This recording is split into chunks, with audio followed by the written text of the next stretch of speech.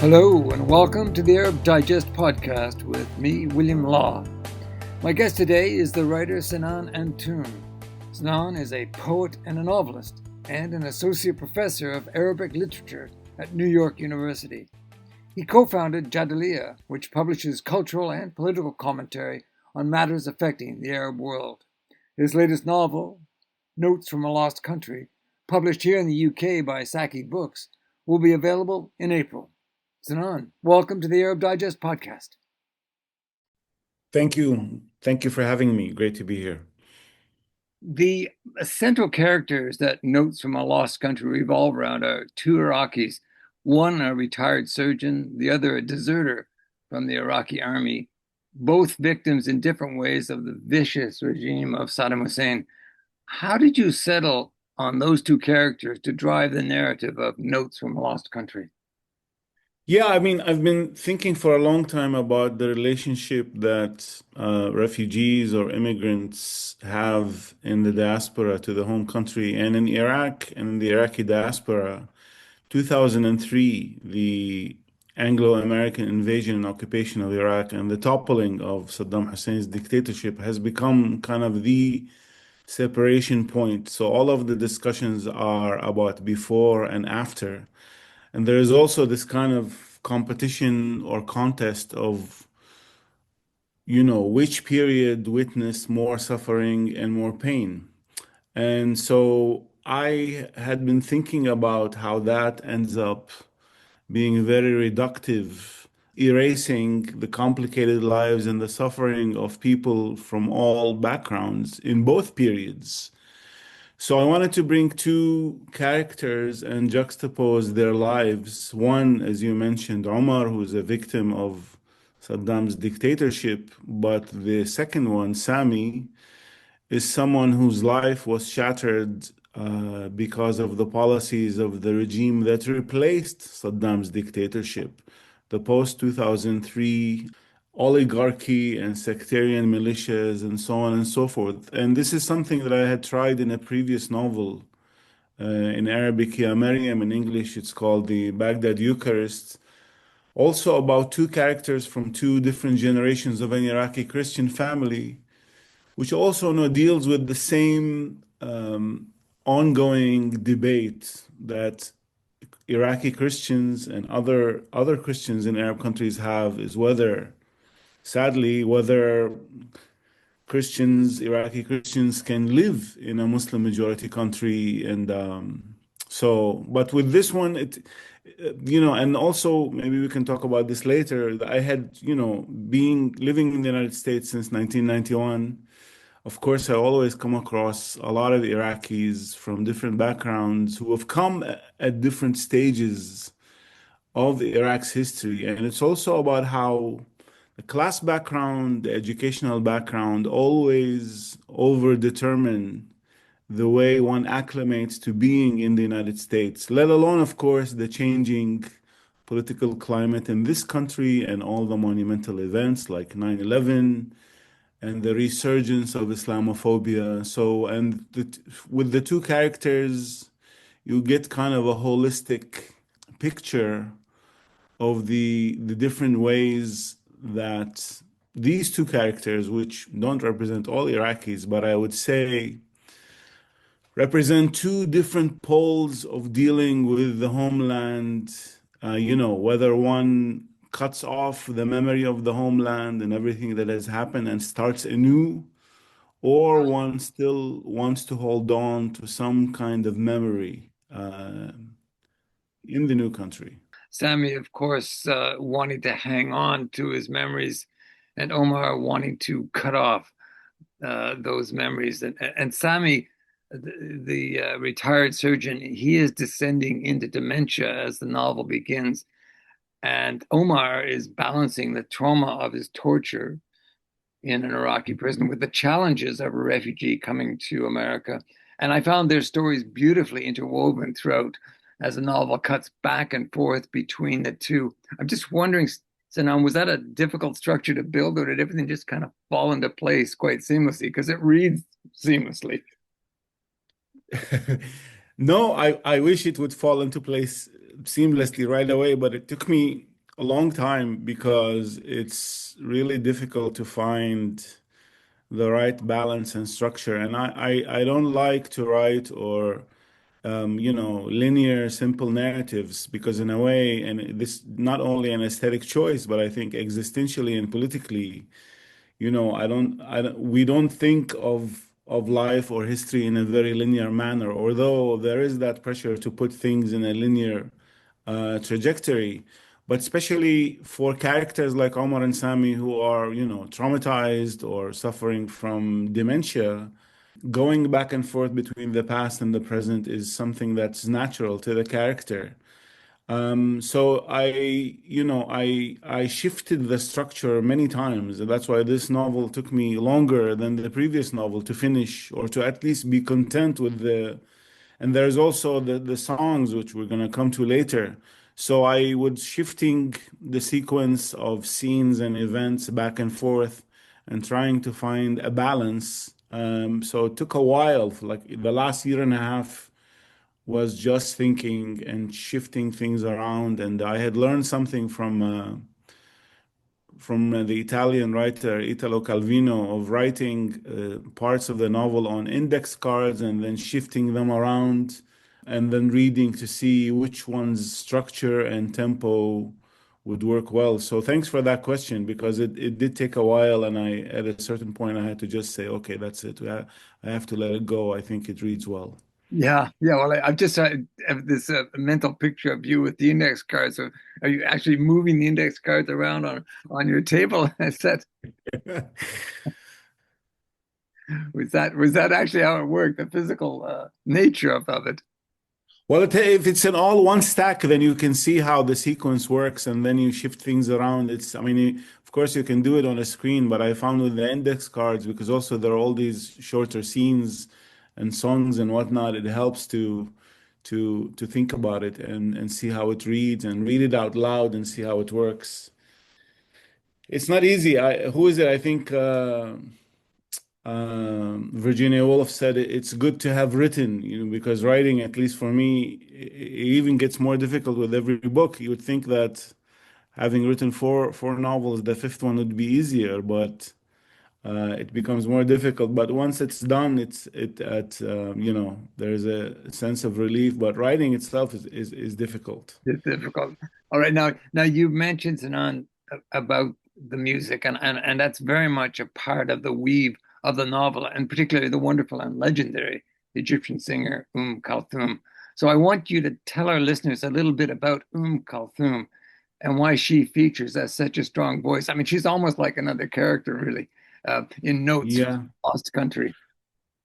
I mean, Kulthum is, probably the most famous singer in the 20th century, not only in Egypt, but in the entire Arab world. And her fame and her music even extended to, places like France, or even, I remember reading a couple of American pop stars who had, gone to Morocco and listened to Kulthum and were taken by her. But she was a the diva, and her music is a part of the daily life anywhere Arabic is spoken, not only in the Arab world, where if you turn on the radio, chances are there will be an Kulthum song. Even here, actually, in New York, when I walk, there are all these carts that sell falafel and food, and a lot of them are Egyptians or Moroccans. And there's always either Kulthum or the Quran.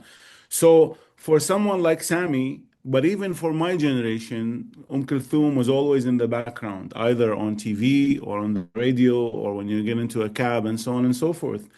And so for someone like Sami, who is battling dementia, and when he's put in the nursing home, the nurse discovers after attending a lecture that actually music is used as a treatment to help patients retrieve their earliest memories that are linked to their favorite songs. And that's where the songs come in when the nurse asks his son which songs he liked the most, and she puts them on an iPod, and he starts to listen to them. He begins to retrieve some of the sweetest memories of his life and his love with his wife and all of that. So you're right. That's a perfect way of putting it. the songs of Kulthum mostly, and another Iraqi singer become a character because they help him. That's the last thing that remains, or let's say in a lot of cases of dementia and Alzheimer's, when most of what's in the memory is lost, what remains are the memories that are linked to music and songs. Um, yeah, so I had to put it there, and I, of course, I put the songs that I like the most as well. So I enjoyed, but that was also tough, is how to put in the music there and try to represent how Sami would have listened to them again as they are intertwined with the conversations that he was having while listening to the song, which is something that I had tried briefly in a previous novel, but here I gave the music space because also we underestimate or forget the huge part that music and sounds play in our daily life and in how we retrieve memories or think of the world in a way. That's, the world is mediated by language, but also by music that we have. So I'm glad that you asked me that question. Mm. But Kulthum, I highly recommend. There's a great documentary called Kulthum, A Voice Like Egypt, which I show in some of my classes, and I think it would come as a surprise to a lot of non-Arabs or Westerners that the most important singer in the 20th century was a woman who also had a huge, political influence.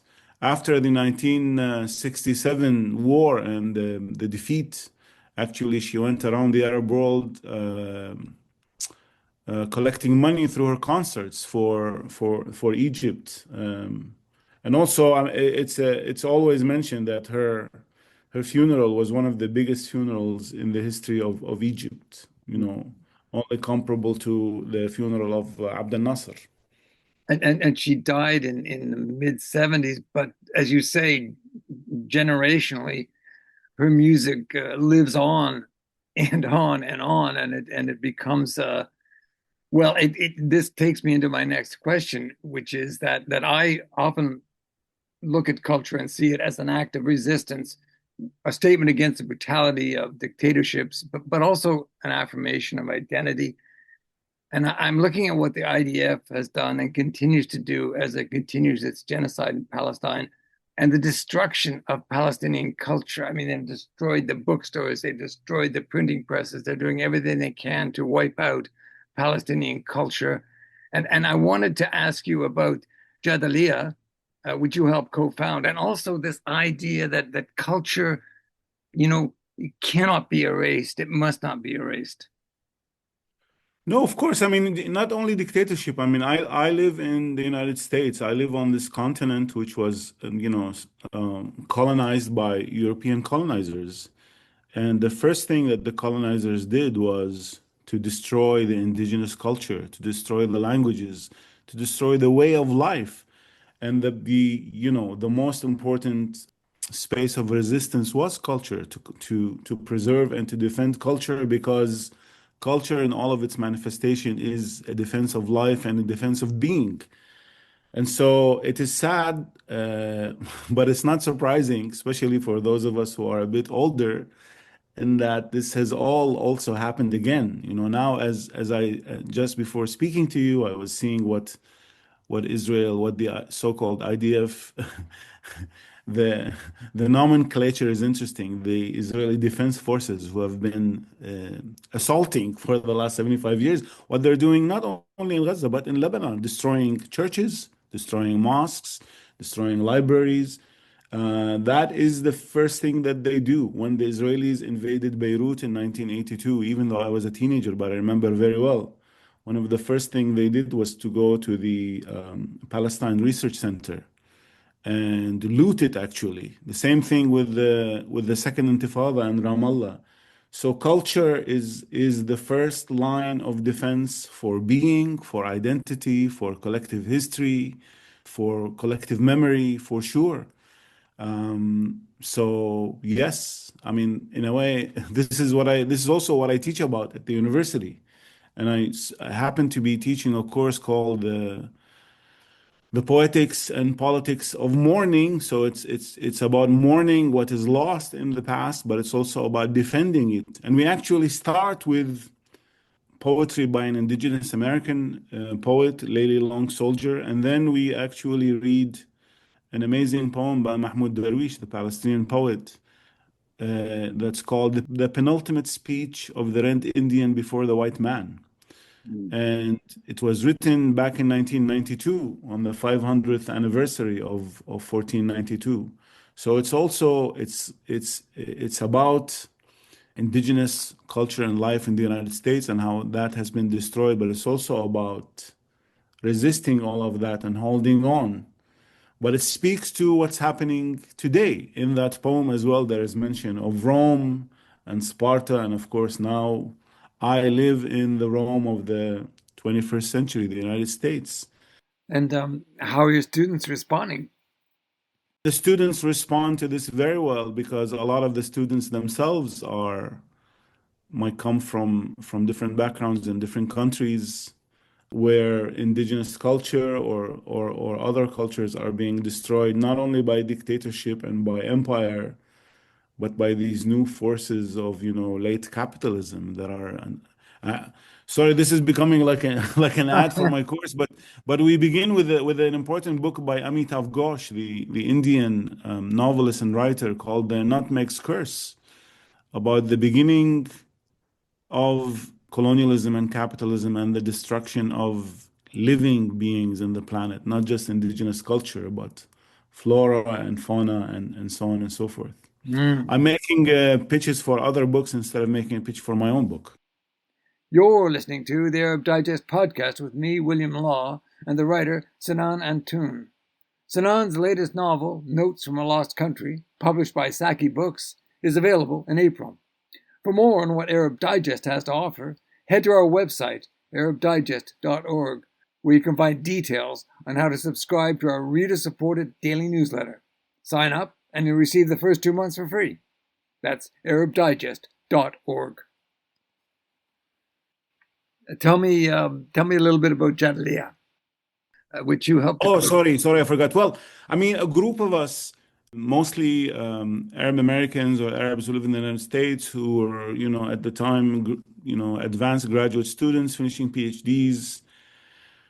But to be honest with you, after 9/11, but especially after the 2003 invasion of Iraq, I mean, the mainstream media in this country is so close to power and to propaganda, and how the entire so-called Middle East or Arab world is solely seen through the prism of foreign policy and the interest of the United States military and government. And it's out of frustration that there wasn't that much space really for something, in between academic discourse and journalism. So we wanted to create a space where young critical voices about the Arab world, from the Arab world, but also about how the Arab world is portrayed and controlled and how it is largely seen through the prism of the Pentagon and the State Department. And I think this applies to the UK also. Maybe in UK there are more spaces. So we came together to create this Jadaliya, which started out in Arabic and English, and then expanded into other languages, and it's become an important forum for journalists, for students, but also just to get alternative analyses of the Arab world and its relationship and to the United States and to the global North. And it also has different pages for different countries, but it's now become a very important archive that I myself, when I go back to construct a syllabus for a new class, I find that there's so much there. I was and still am in a way the editor of the culture section, which publishes a lot of translations and a lot of work from the Arab world, poetry, fiction, and so on and so forth. So I'm very proud to have been a part of this project from the beginning. And it's also right after 2011 with the Arab uprisings, when a lot of folks in the global North realized that, they needed more sophisticated analysis about what was taking place, they came to Jadaliyya because we also featured a lot of voices on the ground from the Arab world. Yeah, yeah, I think it's an invaluable source, and I really urge folks listening to check out the Jadalio website. There is much there that gives not just an alternative examination of the situations that the Arab world finds itself in, and that Arabs find themselves in, but also Yeah, for outsiders just looking at this rich source. yeah, and I should add also with the last 3 years, I mean, we've had an amazing series called Gaza in Context, where there are interviews with scholars and writers and activists to give viewers, an in-depth analysis of what's happening in Gaza and its long history, and also now with Iran and Lebanon, of course. Yeah, yeah. Now, let us go back to Notes from a Lost Country. When Omar enters America, I thought, okay, he's allowed in. He had kind Americans who supported and helped him. It was a struggle, but the message was, we welcome you. And then I thought about America under Trump and the cruelty of his campaign against Muslims, against people of color, people seeking a better life for themselves and their families. And, it felt that the America that welcomed Omar, and I welcomed you, I assume, when you came from Iraq, that's another note from a lost country. I mean, that's what it feels like to me. Is that how it feels to you living now in Trump's America? Well, yes, for sure. I mean, things are really horrible now with the resurgence of fascism and white nationalism and all of that. But in a way, I also push back against this notion that, before Trump, it's true, but there is also a history. People forget that, Obama deported more people than Bush did. So we've always had this tension. So it's true that in the 90s, when the character of Omar comes in, there is still this space for refugees coming from other countries for political asylum. And that window is definitely shut down during the first Trump administration. And now it's full-fledged fascism, whereby, of course, there are people who are snatched from schools. There are people who are now going to be snatched from everywhere. There are people who are afraid to get on public transportation because they might be taken away. So definitely. But I also want us always to remember that, there were always patches and it's always different. So even Omar himself, when he's surprised when at the airport, the officer tells him, welcome to the United States. And of course, there were people who helped him already find a job and acclimate and all of that, but there are always what's called also microaggressions, because there are fascists and racists who don't like to have foreigners and have people come in, and there are incidents where Omar himself faces that. But definitely, the priority now is to fight Trump's policies and MAGA and fascism. But sadly, we have to always remember that throughout the history of this country, there has always been a hierarchy of who is more accepted than others. And so against Arab Americans, there's always been racism. And 9/11, of course, took things back a while, because then the Muslim or even the Arab, and oftentimes there's no differentiation between the two, there's a conflation, is the source of threat. And to go back to the hierarchy, of course, now we have going back to the beginnings. So Trump thinks that white South Africans are beleaguered and have to become refugees in this country. Yeah. I think that says a lot, of course. And of course, immigrants like his wife, who are white European, are fine, but immigrants from what he calls, in a very racist, problematic term, shithole countries. Sorry to use that word on Mm. your show. So this is a reminder. This is a reminder of what's at the root of national myths about how the country came to be. And to my mind, also, what would an indigenous Native American think about this discussion of immigration? Or it comes up in my classes when, one student says we are all immigrants, and then some African American students raise their eyebrows because, they Yeah. didn't come, their ancestors did not come willingly to this country. Yeah. So it's always a reminder to always be critical and wary of the national myth, wherever one is, whichever one country is in, but particularly in settler colonial countries. And look at Israel and how, and this is an interesting phenomenon in settler colonial countries when the colonizer and the settler not only takes away the land and destroys the culture, but then claims to be the indigenous person. Yeah. It's Yeah. like cannibalism in a way. Yeah. And claim to be the victim as well. Uh, Yeah. let me ask you now, Sinan, about the Iran war. There's been a great deal of focus on the Gulf states and the challenges they are facing with missiles coming in and the threat of the Strait of Hormuz being closed, the impact that would do to them.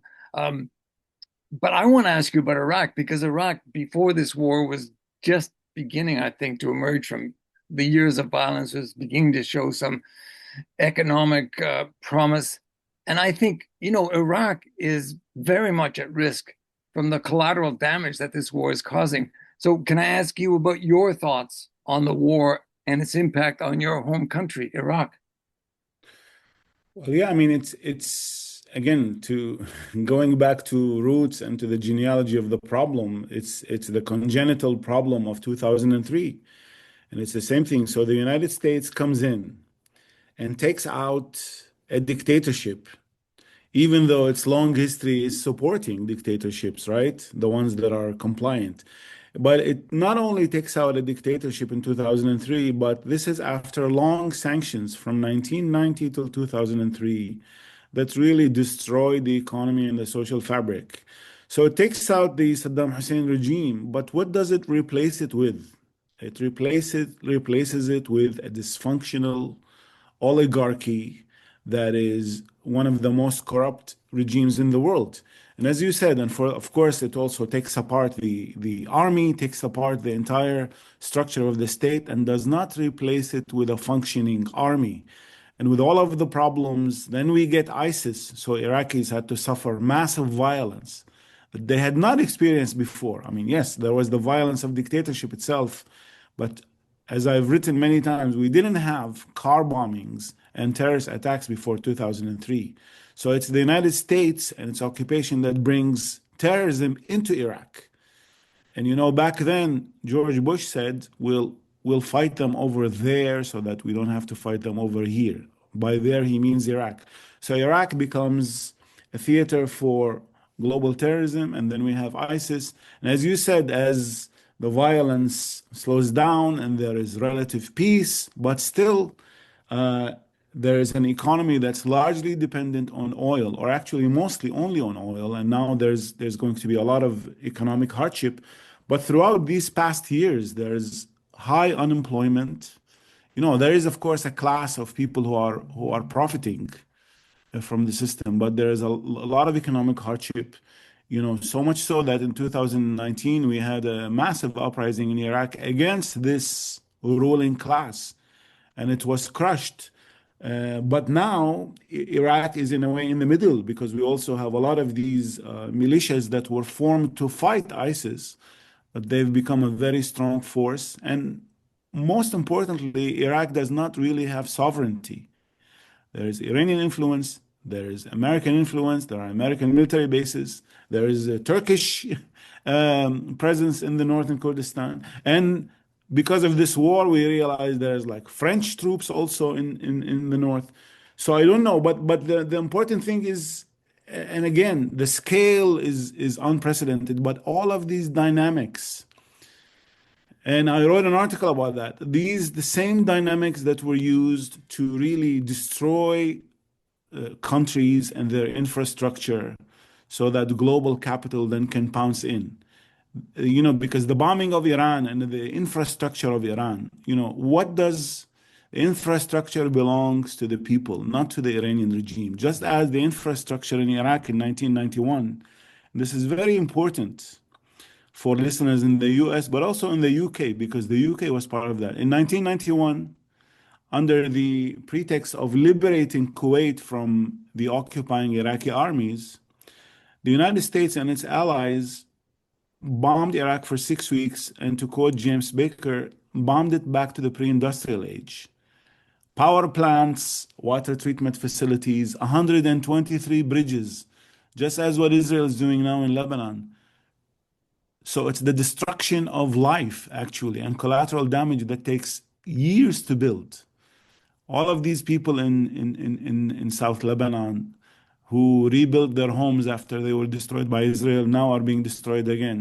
In Iraq, people are still paying the price for previous wars, whether the Iran-Iraq war, but also the 1991 Gulf War and the 2003 invasion, which, as I said, dismantled the Iraqi state and replaced it with a dysfunctional oligarchy where, according to different estimates, $600 billion were stolen by this regime. A regime that also cannot protect its citizens and where, life is not good. I mean, I go visit every year and a half or 2 years, and people there were not content, mostly are not content, and now they have to deal with this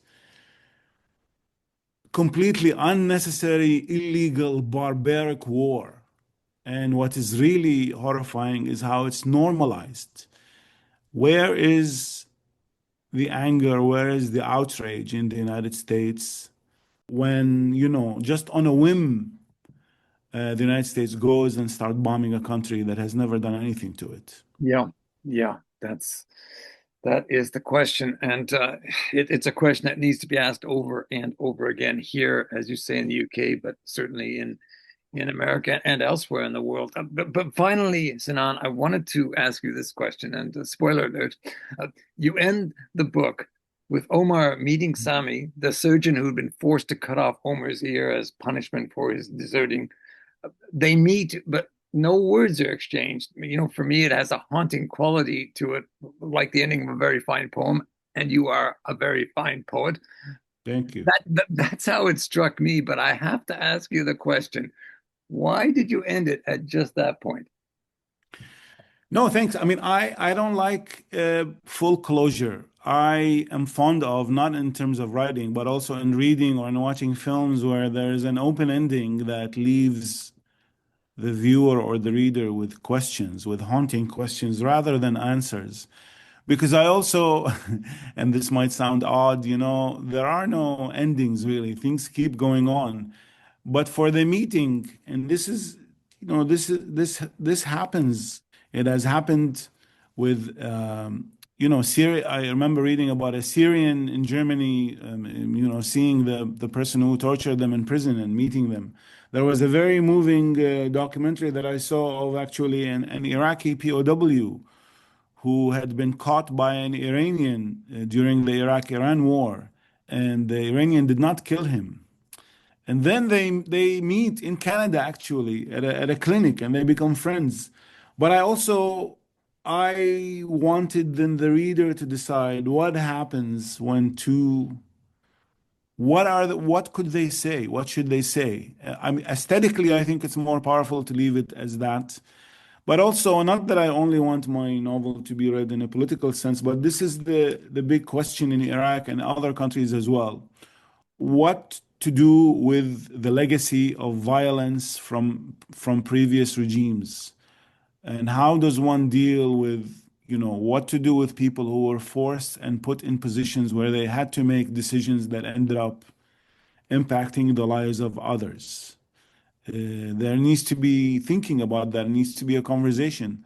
But in a way, there are many situations where what is there to be said? What can one say? Sometimes um, there isn't much to be said, and Mm. it's to be left to whatever one thinks. Not that there's only one answer, but I should say and emphasize that for me, it's always what is the most haunting end, whether it's the last line of the poem or the last scene in the novel. But early on, I had already decided on the ending from the beginning. I know the beginning and I know the ending. Ah, The challenge is what comes in between. yeah. Well, the book is called Notes from a Lost Country. It's published here in the UK by Saki Books.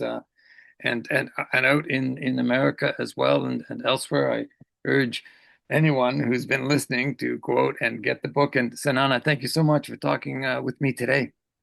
Thank you. Thank you for the opportunity. It's been wonderful. I appreciate it.